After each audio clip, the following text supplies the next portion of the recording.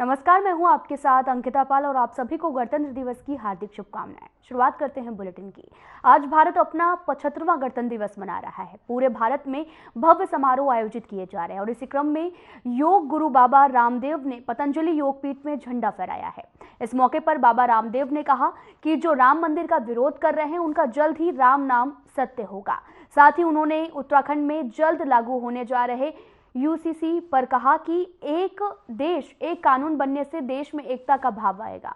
ज्ञान व्यापी के मामले पर बाबा ने कहा कि इस मामले को कोर्ट से बाहर ही निपटा लेना चाहिए। इस अवसर पर देशवासियों को गणतंत्र दिवस की शुभकामनाएं देते हुए कहा कि अब राम मंदिर का निर्माण हो गया है, अब राम राज्य आना शेष है, जिसके लिए हर भारतवासी को अपना योगदान देना होगा।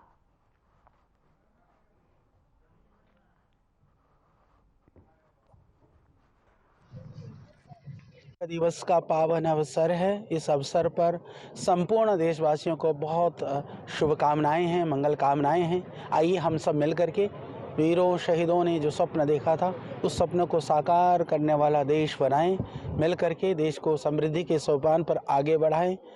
हमारे वीरों ने, क्रांतिकारियों ने आज के लिए अपने आप को समर्पित किया, शहादत दी, बलिदान हुए। उन्होंने अपनी भरी जवानी को देश के लिए कुर्बान कर दिया। आज हम सब मिल करके उस देश को बनाने के लिए, आगे बढ़ाने के लिए, उसको सुंदर करने के लिए हम जीने का संकल्प लें कि जिएंगे तो देश के लिए, मरना भी पड़े तो भी देश के लिए। तो वह समय आ गया है। तो इसके लिए हम सबको प्राणपन से, पूरी निष्ठा के साथ में तैयार रह करके देश को आगे बढ़ाने का हम सबको प्रयास करना चाहिए। अपने देश के लिए अपने कर्म। गणतंत्र दिवस के मौके पर बॉर्डर से सटे गांवों के जनप्रतिनिधियों को भारत सरकार ने विशेष रूप से आमंत्रित किया है। आपको बता दें कि उत्तरकाशी जिला चाइना बोर्ड से जुड़ा हुआ है। यहां से 8 गांव के प्रधान और उप प्रधान समारोह में शामिल होने के लिए दिल्ली पहुंच चुके हैं। भारत चीन सीमा पर स्थित हर्षिल गांव की एक महिला अनुप्रिया ने प्रधानमंत्री नरेंद्र मोदी को राम के रूप में पेंटिंग के माध्यम से उकेरा है। अनुप्रिया इससे पहले आपको बता दें कि स्नो लेपर्ड सहित दर्जनों पेंटिंग तैयार कर चुकी हैं, लेकिन प्रधानमंत्री की ये पेंटिंग अद्भुत और आकर्षक है। इस पेंटिंग में आपको बता दें कि भोजपत्र और फलों के रंगों का इस्तेमाल किया गया है। जानकारी के मुताबिक ग्रामीण प्रधानमंत्री को ये पेंटिंग भेंट के रूप में सौंपेंगे। अनुप्रिया ने यह भी बताया कि एक बार असफल होने के बाद दूसरी बार उन्हें भोजपत्र पर पेंटिंग बनाने में सफलता मिली है।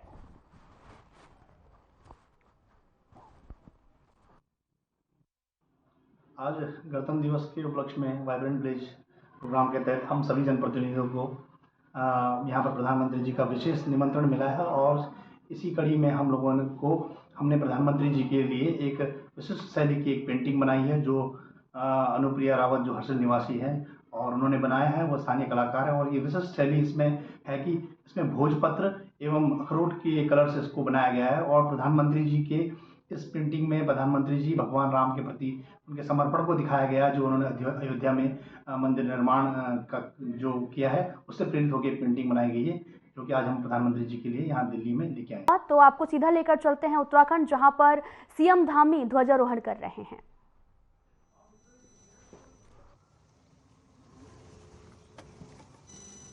बिंद्रा तो पीछे जाना।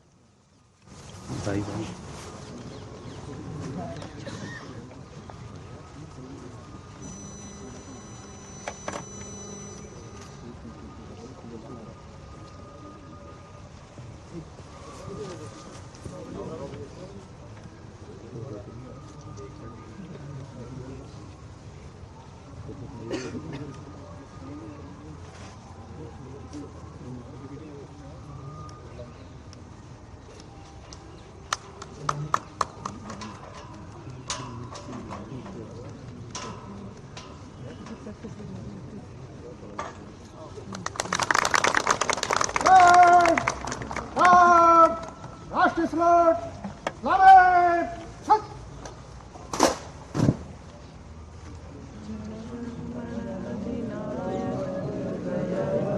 भारत भाग्य विधाता पंजाब सिंध गुजरात मराठा द्राविड़ उत्कल गंगा विंध्य हिमाचल यमुना गंगा उच्छल जलधि तरंगा तब शुभ नामे जागे, तब शुभ आशीष मांगे, गाए तब जय गाथा, जन गण मंगलदायक जय हे भारत भाग्य विधाता, जय हे जय हे जय हे जय जय जय जय हे।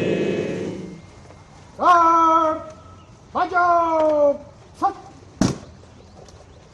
पीछे भारत माता की गार्ड अप बेस्ट रहो।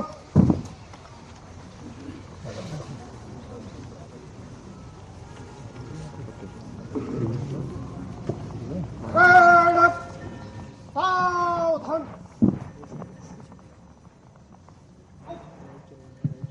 भारत माता की भारत माता की बिंद्रा बिंद्रा हम भारत के लोग भारत को एक संपूर्ण प्रभुत्व संपन्न समाजवादी धर्मनिरपेक्ष लोकतंत्रात्मक गणराज्य बनाने के लिए तथा उसके समस्त नागरिकों को सामाजिक आर्थिक व राजनीतिक न्याय विचार अभिव्यक्ति विश्वास धर्म और उपासना की स्वतंत्रता प्रतिष्ठा और अवसर की क्षमता प्रदान कराने के लिए तथा उन सबको व्यक्ति की गरिमा और राष्ट्रीय एकता और अखंडता सुनिश्चित कराने वाली बंधुत्व बढ़ाने के लिए दृढ़ संकल्प होकर अपनी इस संविधान सभा में एतद द्वारा इस संविधान को अंगीकृत अधिनियमित और आत्मावृत्ति करते हैं। जय हिंद। भारत माता की बहुत बहुत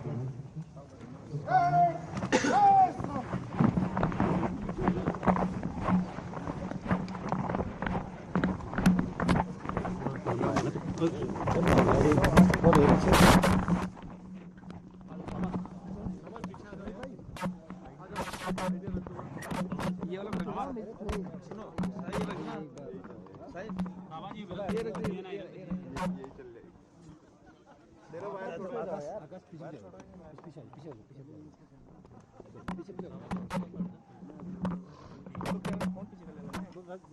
फोन पीछे कर लेना भाई ठीक है फोन पीछे कर लेना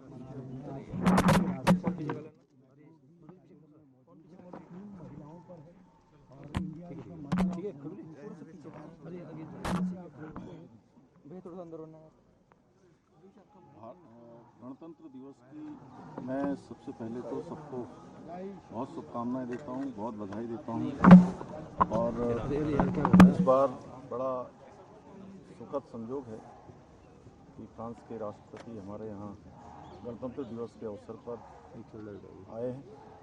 निश्चित रूप से हम सभी भारतीय उनका अभिनंदन करते हैं, स्वागत करते हैं। और जो थीम महिलाओं को आगे बढ़ाने की है, हमारे प्रधानमंत्री आदरणीय मोदी जी के नेतृत्व में मातृशक्ति के उत्थान के लिए हर संभव प्रयत्न और प्रयास किए गए हैं। पिछले अगर हम 9.5 वर्षों का उनका कालखंड देखेंगे तो हर क्षेत्र में, चाहे आज अपनी मातृशक्ति को लखपति दीदी बनाने की योजना हो या नारी शक्ति बंधन विधेयक संसद के अंदर पास कराना हो, हर क्षेत्र में मातृशक्ति को समर्पित रहा है। भारत आज दुनिया का सबसे बड़ा लोकतंत्र है और हम आज इस अवसर पर उनको भी नमन करते हैं, जिनके कारण से आज भारत के अंदर अपना संविधान बना। लाखों करोड़ों लोगों ने जो कुर्बानियाँ दी, उन शहीद हमारे सैनिकों को जिन्होंने भारत माता की रक्षा के लिए अपनों प्राणों का बलिदान दिया, सबको नमन करते हुए देशवासियों एक निष्ठ होकर, ध्येयनिष्ठ होकर हमारे प्रधानमंत्री जी का जो एक भारत श्रेष्ठ भारत, और आज जो दुनिया के अंदर भारत का चारों ओर एक डंका बज रहा है, भारत का मान सम्मान और स्वाभिमान पूरी दुनिया में बढ़ रहा है। हर एक भारतवासी को इसमें अपना सहयोग करना चाहिए, तभी ये गणतंत्र हमारा मजबूत होगा। कार्यकाल बढ़ा है लगभग यूसीसी कमेटी ने अपना काम पूरा कर लिया है और उसका संकलन करने के लिए कुछ अन्य औपचारिकताएं पूरी करने के लिए कुछ समय और उनको चूँकि काम करना है, इसलिए 15 दिन का समय बढ़ाया है। जल्दी ही हमको ड्राफ्ट मिलने वाला है और ड्राफ्ट मिलते ही हम आगे की कार्रवाई आगे बढ़ाएंगे, विधानसभा का सत्र बुलाएंगे।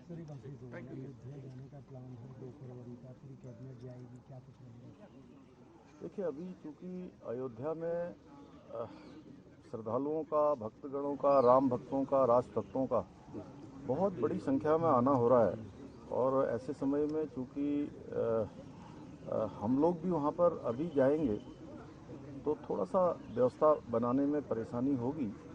इस नाते हम लोगों ने तय किया है कि हम 10 फरवरी के बाद पुनः अपना कार्यक्रम फिर से बनाएंगे। रुक करते हैं खबरों की तरफ।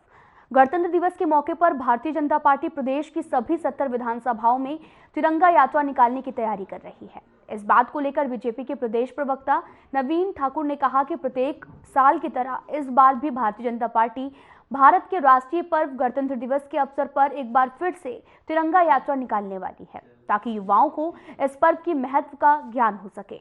साथ ही उन्होंने कहा कि प्रत्येक विधानसभा में ये यात्रा निकाली जाती है और राजधानी देहरादून में भी बीजेपी महानगर अध्यक्ष सिद्धार्थ अग्रवाल की अध्यक्षता में ये यात्रा निकाली जाने वाली है।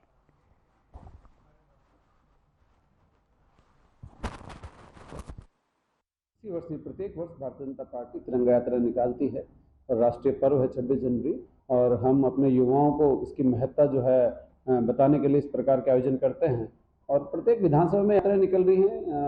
देहरादून में भी जो है महानगर कार्यालय से लेकर कहाँ तक इसका रोड मैप है, जिला अध्यक्ष सिद्धार्थ अग्रवाल जी ने तय किया होगा और पदाधिकारियों ने तय किया होगा, लेकिन प्रत्येक विधानसभा में जो है ये तिरंगा यात्रा हमारी निकल रही है। पूरे देश में धूमधाम से गणतंत्र दिवस मनाया जा रहा है और इस अवसर पर सूचना महानिदेशक बंशीधर तिवारी ने आपको बता दी कि सूचना महानिदेशालय में राष्ट्रीय ध्वज फहराया है। इसके साथ ही उन्होंने सभी अधिकारियों और कर्मचारियों को भारत के संविधान की उद्देशिका की शपथ भी दिलाई। इस मौके पर अपर निदेशक सूचना आशीष त्रिपाठी, वरिष्ठ वित्त अधिकारी शशि सिंह सहित अधिकारी कर्मचारी उपस्थित रहे।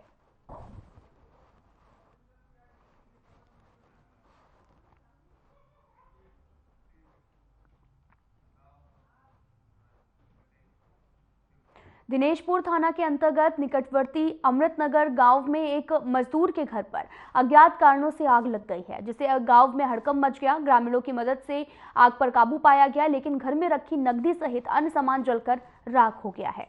जानकारी के मुताबिक पीड़ित जो था वो मजदूरी करता था और रोज की तरह वो गुरुवार को मजदूरी का काम करने घर से चली गई और जिसके बाद में दोपहर में उनके घर अज्ञात कारणों से आग लग गई। आसपास के लोगों ने घर से आग की लपटें निकलती देखी तो हड़कंप मच गया और आपको बता दें कि आग ने तब तक विकराल रूप भी धारण कर लिया था।